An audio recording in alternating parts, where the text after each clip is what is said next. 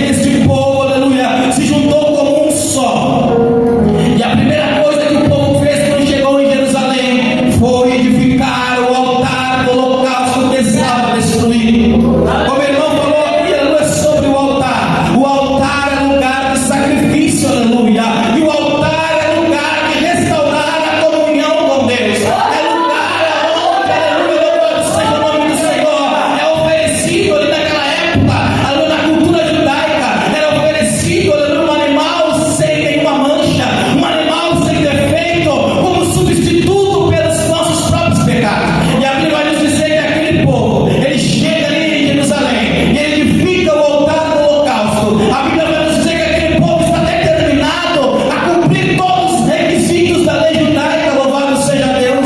E a Bíblia vai dizer que aquele povo está empolgado. Aquele povo recebeu aquela palavra com alegria. Aquele povo estava determinado a reconstruir o templo. Louvado seja o nome do Senhor. A Bíblia vai nos dizer no livro de Esdras, capítulo 3 e verso 3, que firmaram o altar sobre as suas bases, ainda que estavam sob o terror dos povos de outra terra.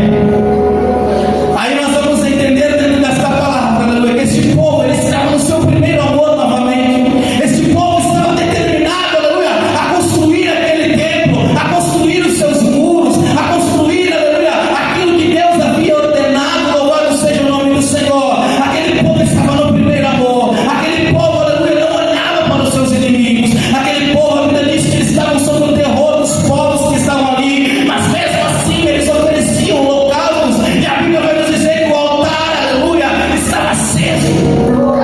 A chama estava acesa. Louvado seja o nome do Senhor. E a Bíblia vai nos dizer então que os povos que estavam naquele lugar, a Bíblia vai nos dizer que os samaritanos que viviam naquele lugar, naquelas redondezas, a Bíblia diz que esse povo começou a se levantar contra o povo de Judá. E aí nós vamos ver essa rixa que havia entre os judeus e samaritanos, desde lá, aleluia, a morte de Salomão, quando a Bíblia vai nos dizer que o reino de Israel foi dividido. A Bíblia vai nos dizer que Roboão, filho de Salomão, aleluia, teria ficado como rei, aleluia, no lugar de Salomão. Mas a Bíblia diz que Roboão tomou sobre o conselho dos jovens, e a Bíblia diz ali que houve a separação das tribos de Israel. A Bíblia vai nos dizer, aleluia, que o povo de Judá e o povo de Benjamim ficaram, aleluia, sob o reinado de Roboão. E a Bíblia vai dizer que as outras 10 tribos seguiram a Jeroboão. E aleluia, louvado seja o nome do Senhor. E quando nós vamos ver que, aleluia, houve uma separação no reino de Israel. O povo estava dividido entre o reino do sul e o reino do norte. E quando nós precisamos entender esta palavra, aleluia, porque a Bíblia vai nos dizer que o reino do norte tinha por capital Samaria, e o reino de Judá, o reino, aleluia, de Jerusalém tinha por capital Jerusalém. E a Bíblia vai nos dizer que esse diálogo, esta capital de Samaria, a Bíblia vai nos dizer que os assírios vieram e tomaram aquele povo. E os assírios tinham uma política de conquista, de pegar o povo e deportar para a Síria. E assim eles pegavam povos de outras terras e traziam para Samaria. E a Bíblia diz que a Samaria se tornou um povo misturado, um povo idólatra, um povo, aleluia, que cultuava a Deus, mas também cultuava outros deuses. E a Bíblia vai nos dizer agora aqui no livro de Esdras que esse povo, esses samaritanos, aleluia, eles vieram para adorar e queriam, aleluia, se juntar ao povo de Judá para reconstruir o templo de Deus. Mas aquele